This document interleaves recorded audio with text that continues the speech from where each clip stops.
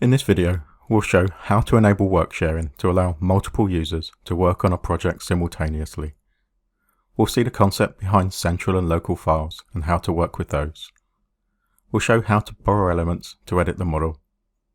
And finally, we'll look at how to synchronize local files with the central model to save our changes. Let's start by opening the file Home Studio. And as you would expect, now I have this file open, no one else can open it and edit it. With Revit projects containing all of the information for a project, not just the 3D model, but all of the views, schedules, details and drawing sheets are in the one project file. We often need other team members to work on the project at the same time to ensure that deadlines are met. Worksharing is the tool that's used in Revit to allow multiple people to access and edit the model simultaneously.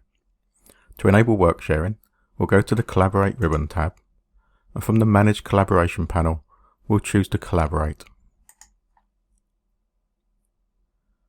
We're presented with two options.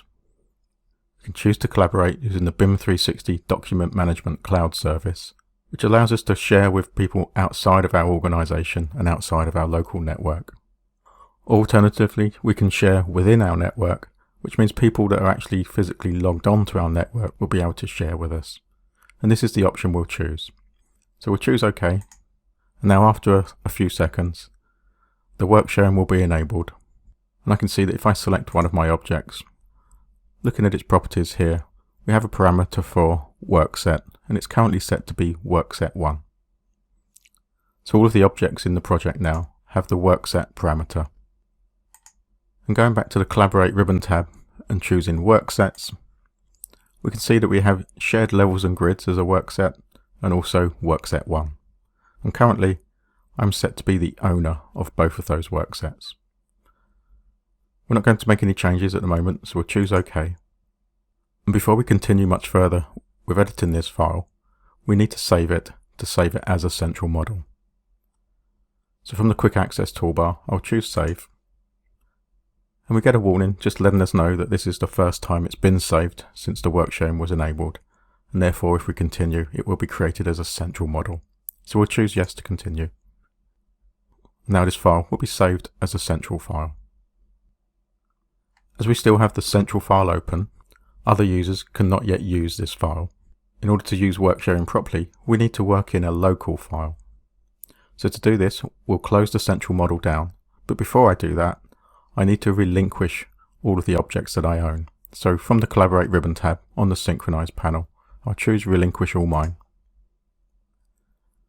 And then going back to the work sets, I can now see that I'm no longer the owner of those work sets, and they've been relinquished when we chose to relinquish all mine.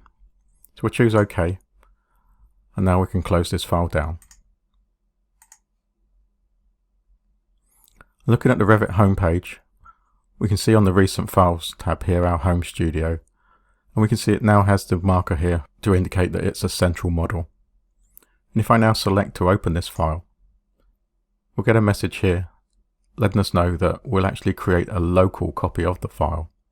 So we'll choose OK to continue. And now we have a local copy of the Home Studio central model open. And looking up at the very top of the Revit window here, we can see the version of the software we're using, and looking at the file name that we have open, it has my username appended to that, and this is a local copy that's now stored on my local machine as opposed to the central model that we created on the network. So now we're ready to make some changes. So I'll go to the second floor plan. Zooming into this end of the building here, we want to make some changes to the bedroom layout.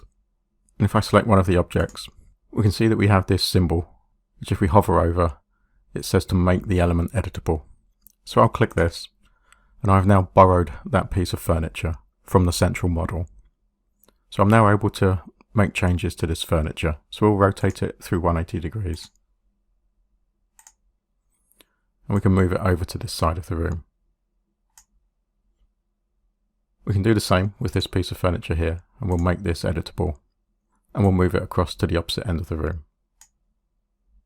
If I select the door and just attempt to move it,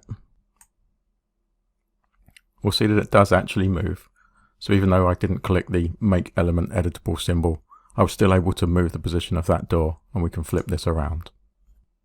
So having made those changes, we'll go back to the Collaborate ribbon tab, and from the Manage Collaboration panel, we'll choose the work sets. And now we can see that I'm listed as a borrower of objects from workset 1.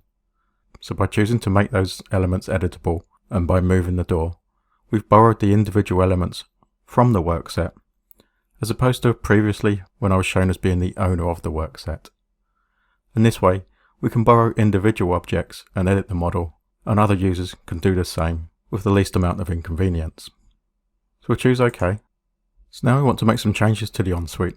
So I'll select the ensuite door here, and I'll choose to flip this round. However, I'm getting an error message that cannot be ignored. Looking at this now, it says the element that we've chosen, which is our door, is actually being borrowed by another user on the project.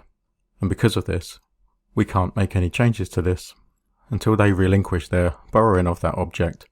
And we then need to reload latest to make sure that our file is synchronized with the current file. To let that user know, we'll choose Place a Request. And now the other user will get a message in their version of Revit letting them know that we'd like to edit that door. So we'll choose Close. And now we need to communicate with the other user to see exactly what they're doing and when it's likely that we'll be able to edit that door.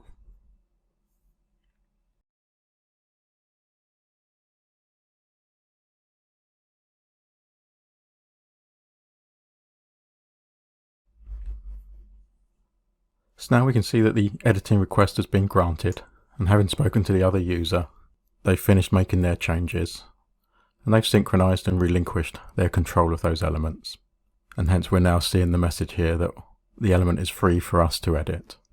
However, we've got a note here telling us that we need to reload latest to make sure that we have the latest version of those elements. So we'll close this note down, and in order to reload latest, we'll go to the Collaborate ribbon tab, and from the Synchronize panel here, we'll choose Reload Latest. And this will look at the objects in our local file and compare them to the ones in the central model that may have been updated by other users, and we'll reload any objects that have changed. So now we can actually see that the ensuite has already been changed and moved around, and there's not actually anything for us to do, which is some of the benefit to work sharing and allowing multiple users to work simultaneously within the file. So now we need to save our changes to the central model. And to do this, from the Collaborate ribbon tab, we'll choose to Synchronize with Central. And here we can see the settings for the Synchronize with Central, and we have checked here to relinquish borrowed elements once we synchronize. And we can also see it's checked to save the local copy of our file both before and after the synchronization. We can choose to add a comment, such as Bedroom 2 edited. And then when we choose OK, Revit will go off and save our local file. It will then synchronize changes that we've made in our local file to the central model, and then resave the local file with any changes it's downloaded from the central model. And now we can continue working, borrowing the elements we need to keep developing our project and collaborating with the other members of our team. So that ends this video. And to recap, in this video, we've shown how to enable work sharing to allow multiple users to work on a project simultaneously. We've seen the concept behind central and local files and how to work with those. We've looked at how to borrow elements to edit the model. And we've also seen how to synchronize the local files with the central model to save our changes.